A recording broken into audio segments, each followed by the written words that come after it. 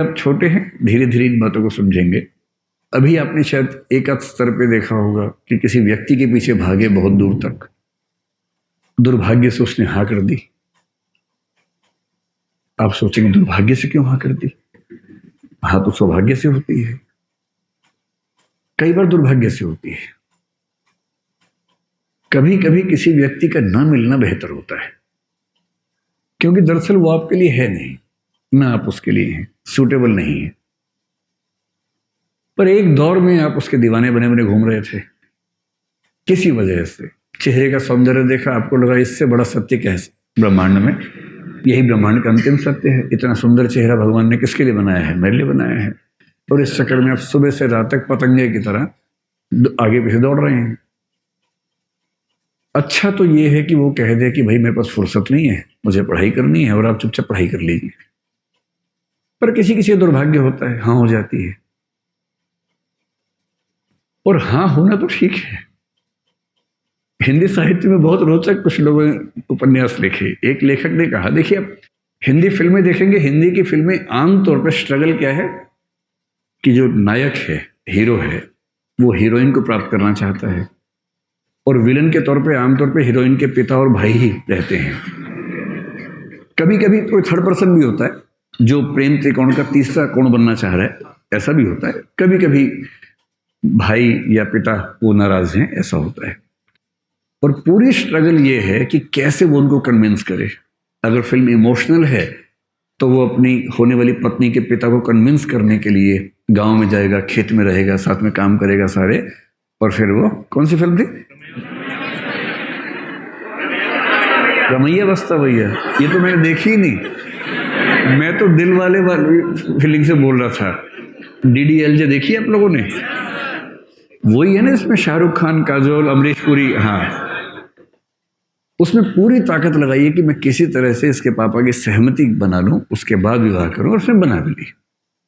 अंत में मतलब वो ट्रेन पे है, सिमरन खड़ी है, और तब अंततः उसके पापा का हृदय परिवर्तन हुआ और पापा ने कहा जा सिमरन जा, जी ले अपनी जिंदगी, है ना। इससे क्या होता है, इमोशंस बहुत हमारे ओवर पावर करते हैं कि परिवार भी बच गया, रिश्ता भी बच गया। इससे अच्छा क्या है? विन विन है, परिवार भी रिश्ता भी। लेकिन ऐसे पापा फिल्मों में ज्यादा होते हैं, ऐसे पापा समाज में कम हैं। समाज में पापा बोलते हैं आ सिमरन आ, घर के अंदर बैठ जा शांति से, ड्रामा मत कर ज्यादा।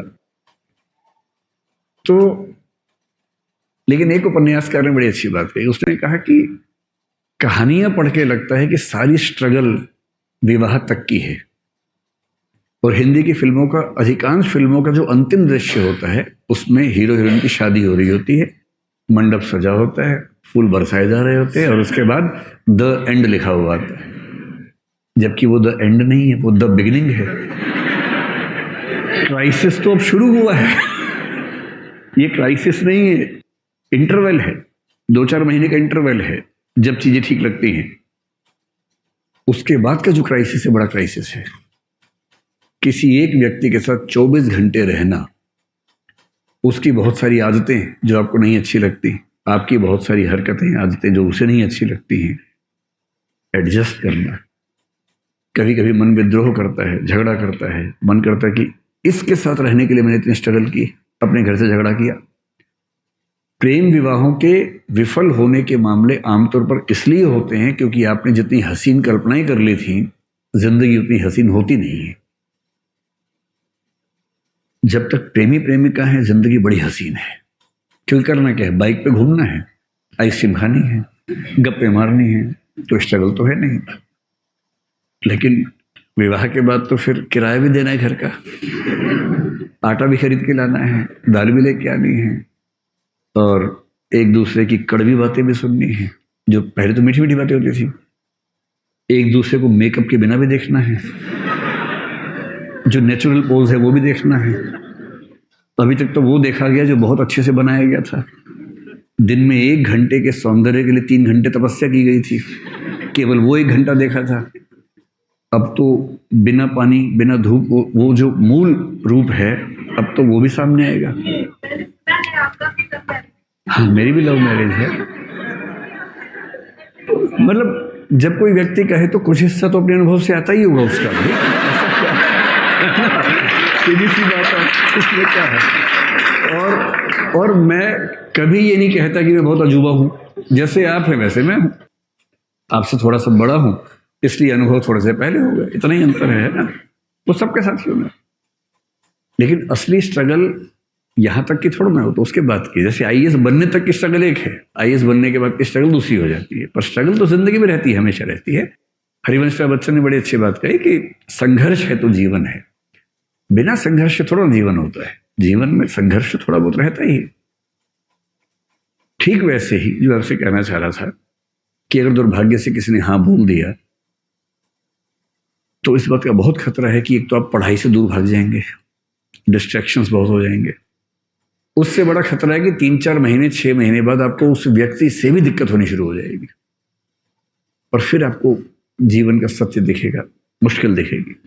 इसका मतलब ये नहीं है कि जीवन सुंदर नहीं है, जीवन बहुत सुंदर है, बस सही समय पर सही चीजें हों, सही तरीके से हों तो सौंदर्य बढ़ जाता है। तो सफलता क्या है उस पर हम आज बात नहीं करेंगे, क्योंकि सफलता एक दौर में हमें जो लगती है, एक दौर के बाद कभी कभी लगता है कि वो सफलता नहीं है। मैं ऐसे बहुत आईएएस अफसरों को जानता हूं जिन्होंने पूरी ताकत से आईएएस या आईपीएस या कोई सर्विस में सिलेक्शन लिया, काम कर रहे हैं 10 साल 20 साल 22 साल से काम कर रहे हैं, और जब उनसे गुफ्तगू होती है बहुत अच्छे से, तो उनमें से कुछ लोग जब इमोशनल लेवल पर बात करते हैं तो कहते हैं कि गलत फैसला हो गया, मेरा मूल व्यक्तित्व इस चीज के लिए था नहीं, पर मैं इस चीज में आ गया। और ये सबके साथ किसी ना किसी मात्रा में होता है, इन चीजों का तनाव नहीं लेना है।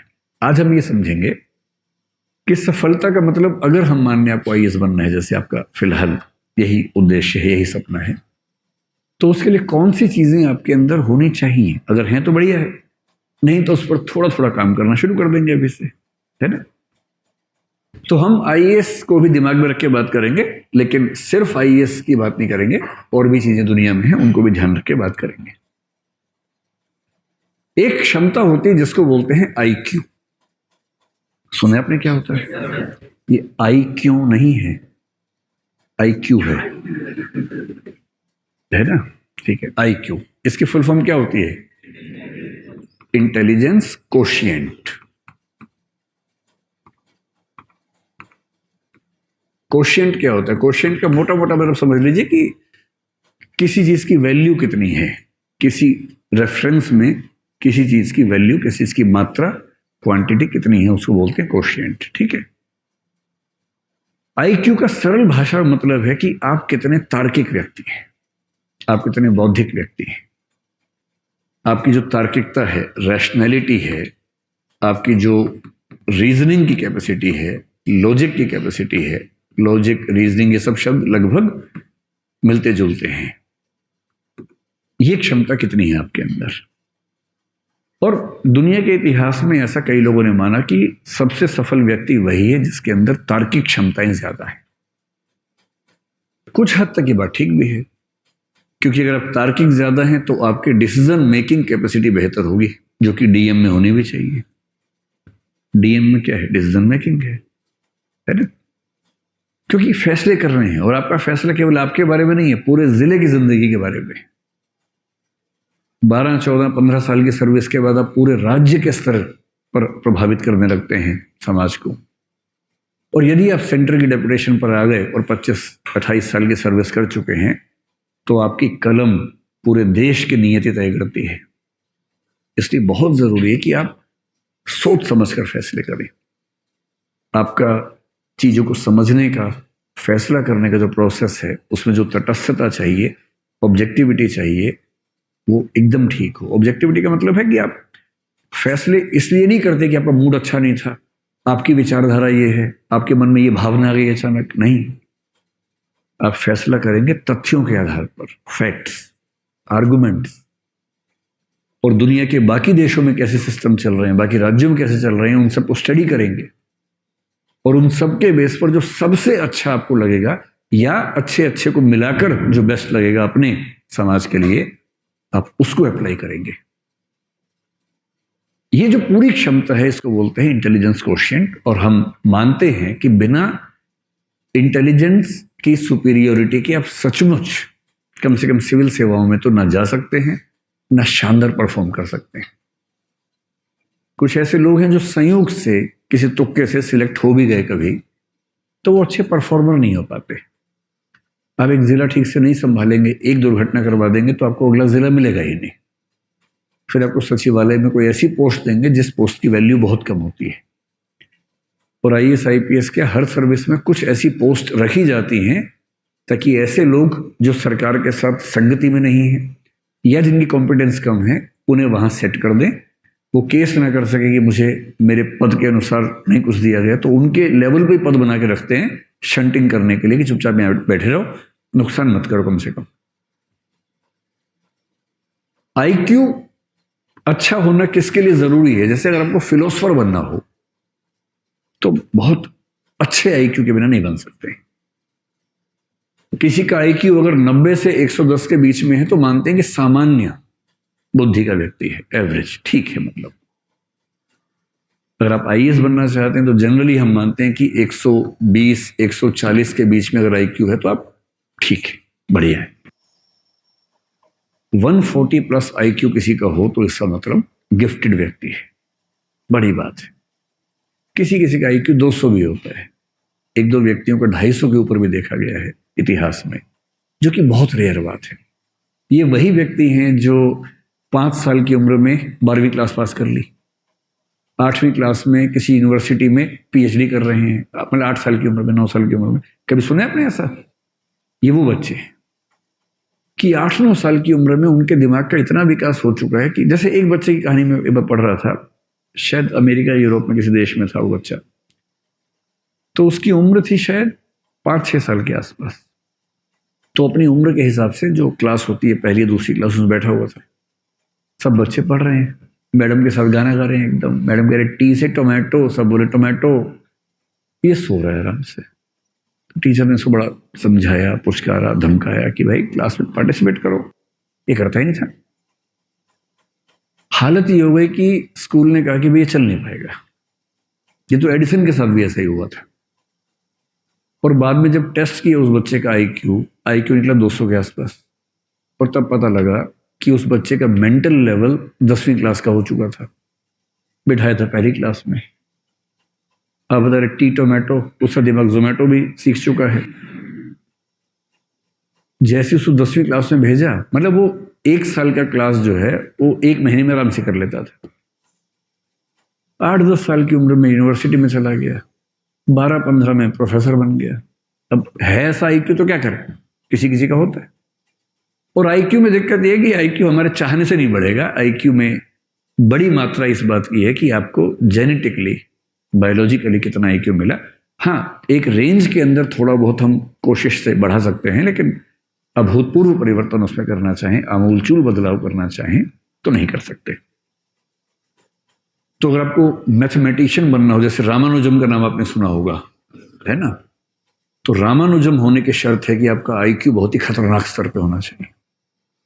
बड़ा साइंटिस्ट बनना हो APJ अब्दुल कलाम जैसा, तो आपका IQ बहुत खतरनाक होना चाहिए। या न्यूटन या आइंस्टीन बनना हो तो IQ चाहिए बहुत ही खतरनाक। फिलोसफर बनना हो बहुत खतरनाक, जैसे हम भारत में शंकराचार्य का जिक्र करते हैं,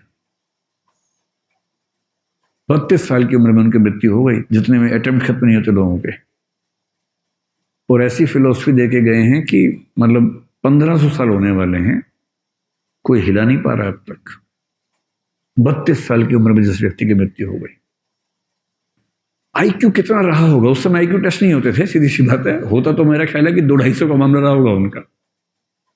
जब IQ बहुत तेज होता है ना, आप इतना तार्किक सोचते हैं, इतना दूर का सोचते हैं, इतना तेज सोचते हैं कि फिर आपके साथ काम करने में सबको मजा आता है। और PM क्यों नहीं चाहेगा कि उनके पास ऐसा एक चीफ सेक्रेटरी हो या ऐसा कैबिनेट सेक्रेटरी हो जिसका IQ बहुत शार्प हो, बात कहने से पहले समझ जाता हो, बात पूरी होते होते सॉल्यूशन सामने लाके दे देता हो कि ये सॉल्यूशन है इस चीज का। PM कह रहे हैं कि मैं 4 फैक्टर सोच पा रहा हूँ, क्या नहीं सर 18 फैक्टर्स हैं, ये 18 फैक्टर्स हैं, इनके बीच में ये मैट्रिक्स है, ये सॉल्यूशन बेस्ट है। और PM गदगद है कि वाह यार क्या आदमी है। तो एक चीज सफलता में आईक्यू है। तो एक पक्ष तो ये हो गया। अब आईक्यू से अगर आगे निकलें और देखें कि कौन सी दूसरी चीज है जिस पर आपको गौर करना है, और वो चीज जिसको आप अपने हिसाब से मैनेज कर सकते हैं। एक शब्द आपने सुना होगा, इमोशनल इंटेलिजेंस। कुछ लोग इसको ईक्यू भी आजकल कहने लग गए हैं। इमोशनल इंटेलिजेंस या इमोशनल कोशेंट, ये क्या चीज होती है? कभी आपने इस पर गौर किया है? और ये चीज आपके पाठ्यक्रम में भी है, यूपीएससी में मुझे ही पढ़ाना होता है, वो वाला टॉपिक एथिक्स में आता है। और जो दूसरी चीज है उसको बोलते हैं इमोशनल इंटेलिजेंस, और कुछ लोग इसके लिए एक शब्द करते हैं इमोशनल कोशेंट। इमोशनल कोशेंट सुन के कुछ लोग सोचते हैं कि जो जितना ज्यादा इमोशनल है उसमें उतना ज्यादा इमोशनल कोशेंट है। ऐसा बिल्कुल नहीं है, हरगिज नहीं है। इसलिए अगर आप बहुत इमोशनल हैं और आपकी पलकों पर हमेशा आंसू तैयार रहते हैं, तो इसका मतलब है कि आपका इमोशनल इंटेलिजेंस का लेवल कम है, न कि ज्यादा है।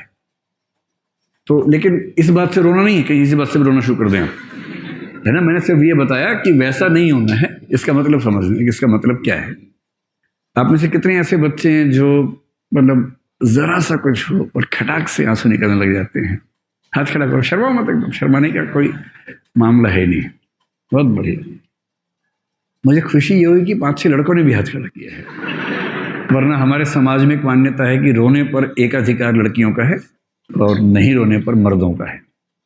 और मर्द फिल्म में एक डायलॉग था, मर्द को दर्द नहीं होता। उस एक डायलॉग ने भारतीय समाज से जितना नुकसान किया है ना, तो बहुत भारी नुकसान कर दिया। उसके बाद से सारे मर्द अंदर दर्द हो रहा है और ये नौटंकी करते करते घूम रहे हैं कि दर्द नहीं होता हमें। तो मर्द को कहां दर्द होता है? कल मुझे एक वरिष्ठ महिला से बात हो रही थी, उनकी उम्र 60 साल के आसपास है, कहीं मैं गया हुआ था वहां वो भी थी। तो उन्होंने मुझे बताया कि जो मेरा बेटा है वो आपका बहुत बड़ा प्रशंसक है। मैंने कहा जी शुक्रिया। तो आज वो, उसे पता होता कि आप आने वाले, मैं उसको लेके आती, आज वो आया नहीं। मैंने कहा जी कोई बात नहीं, फिर मिल लेंगे, ऐसा क्या है। तो बोली बड़ा मजबूत बच्चा है, कभी रोता नहीं है। अब मुझे लगा मैं ज्ञान दूं या ना दूं इस समय, क्योंकि अब आप शादी ब्याह में जाके ज्ञान देने लगे, लोग फिर ना भगा देते हैं वहां से। और खाना भी नहीं खाया था उस समय तक मैंने, बिना खाना खाए भगा देते तो बड़ा नुकसान हो जाता। शादी ब्याह में आदमी क्यों जाता है बेसिकली? दूल्हा दुल्हन कौन देखता है वहां पर? उन्हें कोई पूछता तक नहीं उनको। तो वो तो हम तो पहचानते भी नहीं कौन दूल्हा कौन दुल्हन है, नाम भी नहीं याद रहता है, खाना याद रहता है क्या क्या था खाने में। तो मैंने फिर बहुत सोच समझ के कहा कि जी अच्छी बात है। बोली मैं आपको मिलवाऊंगी, बहुत मजबूत बच्चा है, कभी नहीं रोता है। तो मतलब मैंने अंत में जब मुझसे रहा नहीं गया, मैंने एक सेंटेंस बोला, मैंने कभी रोए भी तो तनाव मत लीजिएगा, ऐसा क्या है। तो उनको लगा कि ये तो विचलन हो रहा है। उनका ना बहुत स्ट्रांग है। तो आप में से कितने लोग ऐसे ही स्ट्रांग हैं जो कभी नहीं रोते हैं? तो आप लोग स्ट्रांग नहीं, आप लोग मुर्दा हैं दरअसल।